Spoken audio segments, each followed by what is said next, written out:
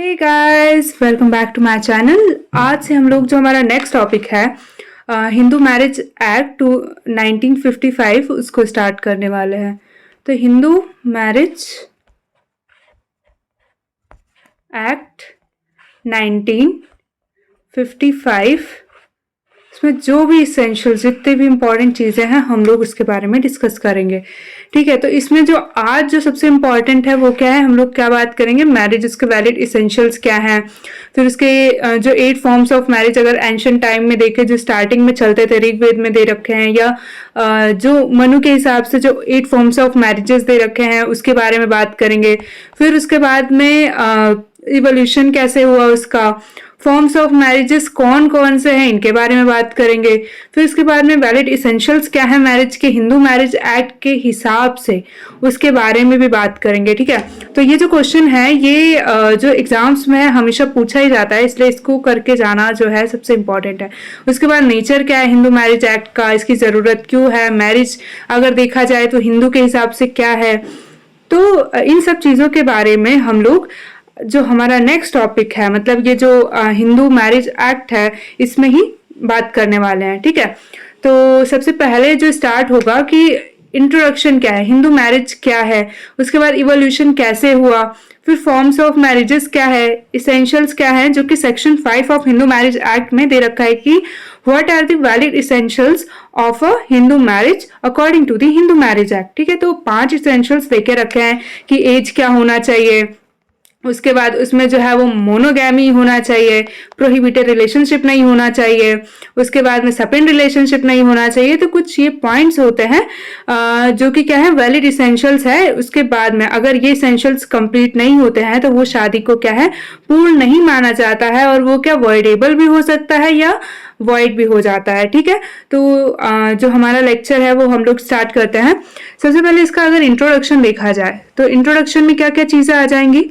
Introduction अगर देखा जाए तो इसका इवोल्यूशन कैसे हुआ, तो अगर हम लोग बात करें इवोल्यूशन कैसे हुआ हिंदू मैरिज का, तो जो एंग्लो सेक्शन सोसाइटी था saw the institution of marriage as a tool to establish strategic ties between two empires. ठीक है, तो स्टार्टिंग में अगर पीछे देखा जाए तो क्या करते थे, जो राजा लोग थे वो क्या करते थे, शादी कर लेते थे, मतलब अपनी बेटी की शादी दूसरे के बेटे से या दूसरे के बेटे से शादी अपनी बेटी से, तो क्या होता था एक रिलेशन बन जाता था, और उससे क्या होता था जो इस्टेब्लिश है उनका जो एम्पायर है वो क्या था बढ़ जाता था। क्यों, क्योंकि क्या होता था कि अगर बेटी जो सामने वाले राज्य में है तो वो क्या होगा, फिर लड़ाई वड़ाई वाली चीजें हट जाती थी और वो क्या बन जाते थे, रिश्तेदार बन जाते, तो लड़ाई वाली चीजें हट जाती थी। तो वो क्या था, मैरिज क्या है एक तरह से क्या बन जाता था, स्ट्रेटेजिक टाई था उनके टाइम पे। उस टाइम पे क्या था, एक तरह का स्ट्रेटेजी थी कि लड़ाई ना करते हुए एक साथ हो जाओ और फिर तीसरे पर हमला कर दो, मतलब ऐसी चीजें थी उस टाइम पे।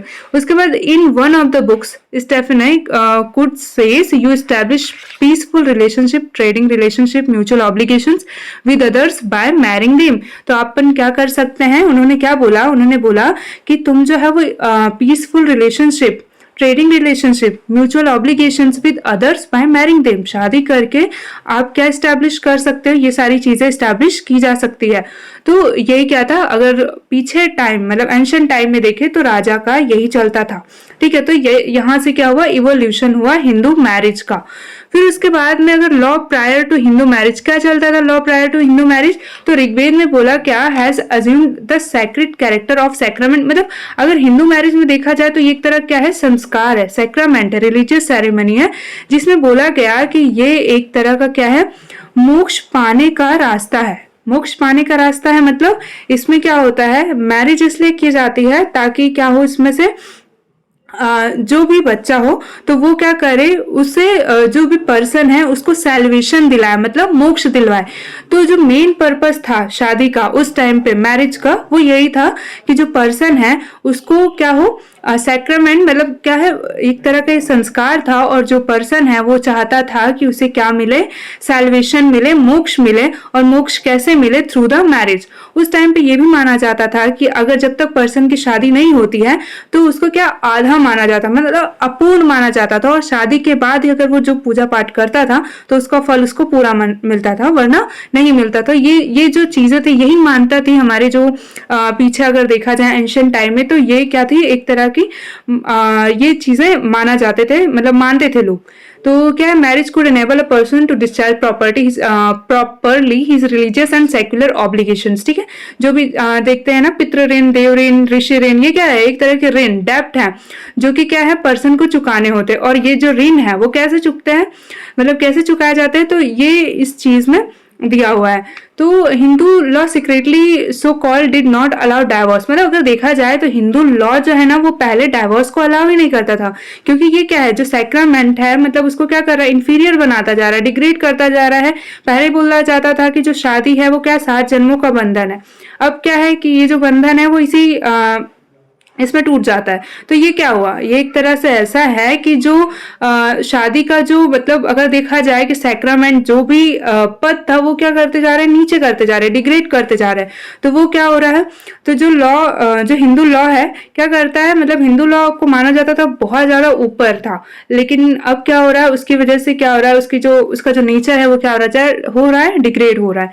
तो ये सारी चीज है, उस पर डाइवोर्स कहीं भी नहीं दिया हुआ था। डाइवोर्स जो है वो क्या बोलते हैं, डाइवोर्स अगर देखा जाए तो क्या है, सिर्फ 2 लोगों का अलग होना डाइवोर्स नहीं होता है। डाइवोर्स क्या होता है, डाइवोर्स की वजह से 2 लोग नहीं बल्कि 2 परिवार क्या होता है, अलग अलग हो जाता है। तो ये सब चीजें इसमें दे रखा हुआ है। For valid marriage is most system of law two conditions necessary, क्या है, parties must capacity to marry, मतलब उनकी एज होनी चाहिए और कैपेसिटी टू मैरी होना चाहिए, ठीक है, मतलब साउंड माइंड के होने चाहिए। फिर they must undergo necessary ceremonies and rights of marriage, मतलब जो नेसेसरी सेरेमनीज होते हैं, लाइक जैसे 7 फेरा हो गया, अग्नि के समक्ष जो 7 फेरे लेते हैं वो वाली चीजें हो गई, और जो भी चीजें हैं नेसेसरी सेरेमनीज और रिट्स ऑफ मैरिजेस, तो वो सारी चीजें इसमें आ जाता है। ठीक है, तो बहुत सारी मैरिजेस के टाइप्स भी होते हैं, तो जैसे ब्रह्म, देव, अर्श, प्रजापति, ये क्या है, ये जो है वो अप्रूव टाइप की मैरिजेस, और कुछ जो है वो अनअप्रूव टाइप की मैरिजेस, जो हम नीचे बात करेंगे अभी। तो जो कॉन्सेप्ट है मैरिज का अंडर हिंदू मैरिज एक्ट, तो ये देखें तो for a long period Hindu marriage rights जो भी थे have been changed accordingly due to needs and convenience of the people, मतलब जैसे जैसे टाइम के हिसाब से जैसे जैसे जरूरत पड़ती है वैसे क्या होता है, हिंदू मैरिज जो उसके जो रिचुअल्स है वो क्या हो रहे हैं, चेंज होते जा रहे हैं। ये क्या अकॉर्डिंग टू हिंदुइज्म, ये क्या एक सेक्रेमेंट है, मोस्ट इंपॉर्टेंट 16 से, मतलब 16 संस्कार होते हैं हिंदुओं में, तो वो जो 16 संस्कार है उसमें से एक जो है वो क्या है, शादी माना जाता है। और ये जो क्या है कांट बी ब्रोकन, मतलब इसको तोड़ा नहीं जा सकता, ऐसा माना जाता है। और उसके बाद में 8 फॉर्म्स ऑफ मैरिजेस, तो सबसे ये क्या है 8 फॉर्म्स ऑफ मैरिजेस, जिसमें जो 4 हैं वो क्या है, अप्रूव्ड हैं, और जो 4 हैं वो अनअप्रूव्ड हैं। ठीक है, तो 4 जो अप्रूव्ड हैं अगर देखा जाए तो उसमें कौन कौन से रहेंगे। देखो ब्रह्म मैरिज में क्या होता है, ब्रह्म मैरिज में ऐसा होता है कि जो पिता है वो अपनी पुत्री को क्या करते हैं, एक पर्सन, ऐसे पर्सन को देते हैं, एज अ गिफ्ट देते हैं, जो कि क्या हो, वेदास का नॉलेज रखता हो, वेदों का ज्ञान रखता हो। तो उसको क्या करते हैं, जो पर्सन है, मतलब जो लड़की है, लड़की के जो पिता हैं वो क्या करते हैं, लड़के को एज अ गिफ्ट देते हैं। और यहाँ पे लड़का जो है वो उसके बदले में, लड़की के बदले में कोई भी गिफ्ट नहीं देता है, या कुछ भी फादर को नहीं देता है। ठीक है, इसमें ये चीज याद रखना। उसके बाद में क्या होता है, यहाँ जो फादर है वो क्या होता है, सिंगल जोड़े में, मतलब एक ही जो भी कपड़े पहन रखे हैं उसी क्लॉथ में जो है वो लड़के को दे देते हैं। वहीं पर प्रजापत्य मैरिज में क्या होता है, प्रजापत्य मैरिज में क्या होता है कि जो marriage the daughter is offer to bride groom by blessing them with the enjoyment of marital bliss and the fulfilment of dharma. मतलब प्रजापत्य मैरिज में ऐसा है कि सेम ब्रह्म मैरिज जैसा रहता है, बस यहाँ पे क्या बोलते हैं कि जो भी धर्म है उसका फॉलो करना है, जो भी रिलीजियस सेरेमनी है उस चीज को फॉलो करना है, तो इसमें ये हो जाता है। उसके बाद अर्श मैरिज अगर देखा जाए तो अर्श मैरिज में क्या होता है, in this form of marriage a rishi used to accept a girl in marriage after giving a cow और bull and some clothes to parents of the girl. मतलब यहाँ पे ऐसा होता है कि जो लड़की के पिता हैं, मतलब ये जो है लड़की के पिता हैं और यहाँ पे जो है लड़का है, ठीक है, तो लड़की और जो लड़के के पिता है, इसमें क्या होता है, जो लड़का है वो लड़की के पिता को क्या कहता है, या तो एक 1 काऊ और 1 बुल देता है, या तो 2 काऊ और 2 बुल देता है, किसको, लड़की के पिता को। ठीक है, तो इसमें ये आ जाता है। फिर दैव मैरिज में क्या हो जाता है, दैव मैरिज में क्या क्या चीजें आ जाती है। दैव मैरिज में ऐसा होता है कि in this form of marriage क्या होता है, decorated with ornaments and clothes. इसमें क्या होता है, जो गर्ल है decorated with ornaments and clothes was offered to person who conducted the function of purohit in the yajna. तो ये देव मैरिज हो जाता है। देव मैरिज में क्या है, लड़की को सजाया गजाया जाता है, was offered to the person who conducted the function of purohit in the yajna. उसके बाद असुर मैरिज आ जाता है। देव मतलब सिंपल देव मैरिज में जो भी है वही function of purohit in the yagya. फिर असुर मैरिज में क्या है, in this form of marriage जो ब्राइड ग्रूम है gets the bride in exchange of some money और articles given to the family members. Asura marriage में क्या होता है, असुर में क्या होता है कि लड़की के बाप को जो है वो कुछ पैसा कुछ आर्टिकल्स क्या है एज ए एक्सचेंज ऑफ लड़की दिया जाता है। ठीक है, उसके बाद गंधर्व मैरिज में क्या होता है, गंधर्व मैरिज में ऐसा होता है कि जो लड़की है और जो लड़के हैं दोनों मतलब म्यूचुअल कंसेंट से शादी कर लेते हैं और इसमें माता पिता की जो सहमति वो जरूर नहीं होती। It's a kind of law marriage जो आजकल बहुत ज्यादा ट्रेंड में रहता है। तो ये क्या है, लॉ मैरिज जो है उसी को बोलते हैं गंधर्व मैरिज, जो कि अनअप्रूव्ड मैरिज मानी जाती है। असुर मैरिज भी जो है वो अनअप्रूव्ड मैरिज मानी जाती है। उसके बाद राक्षस मैरिज में क्या होता है, राक्षस मैरिज में ऐसा होता है कि जैसे कोई पर्सन है वो वॉर में चला गया, लड़ाई झगड़े में, तो उसके बाद में क्या होता है, जो भी पर्सन रहता है वो क्या करते हैं, उसकी बहन बेटियों से जबरदस्ती शादी कर लेता है विदाउट हर कंसेंट। तो उस केस में इसको जो बोला जाता है वो राक्षस मैरिज बोला जाता है। ठीक है, और उसके बाद में पिशाच मैरिज। पिशाच मैरिज में क्या होता है, जबरदस्ती जो है वो फिजिकल रिलेशनशिप बनाता है और शादी करता है। ठीक है, इन देखा जाए तो क्या करता है, स्लीपिंग और ड्रंकननेस में अनकॉन्शियस वुमेन, मतलब उसको कोई ध्यान नहीं है उस टाइम पे उसके साथ में जो है फिजिकल रिलेशनशिप बनाता है और शादी करता है। तो वो जो चीजें होती है वो कौन सी मैरिज हो जाती है, पिशाच मैरिज। तो ये जो है वो 8 फॉर्म्स ऑफ मैरिज है, जिसमें जो नीचे के 4 हैं वो क्या है, अनअप्रूव्ड मैरिजेस हैं, और जो ऊपर के थे मतलब देव हो गया, ब्रह्म हो गया, अर्श मैरिज हो गया, प्रजापत्य मैरिज हो गया, तो ये क्या है, अप्रूव टाइप की मैरिजेस हैं, जो कि किसने दिया है, तो ये सारे 8 फॉर्म्स ऑफ मैरिजेस जो हैं वो मनु ने दिया है। मनु के हिसाब से ये 8 फॉर्म्स ऑफ मैरिजेस हैं। ठीक है, उसके बाद में हम लोग जो है वो बात करेंगे, जो हमारा नेक्स्ट टॉपिक होगा वो कि कुछ इंपॉर्टेंट डेफिनेशंस है।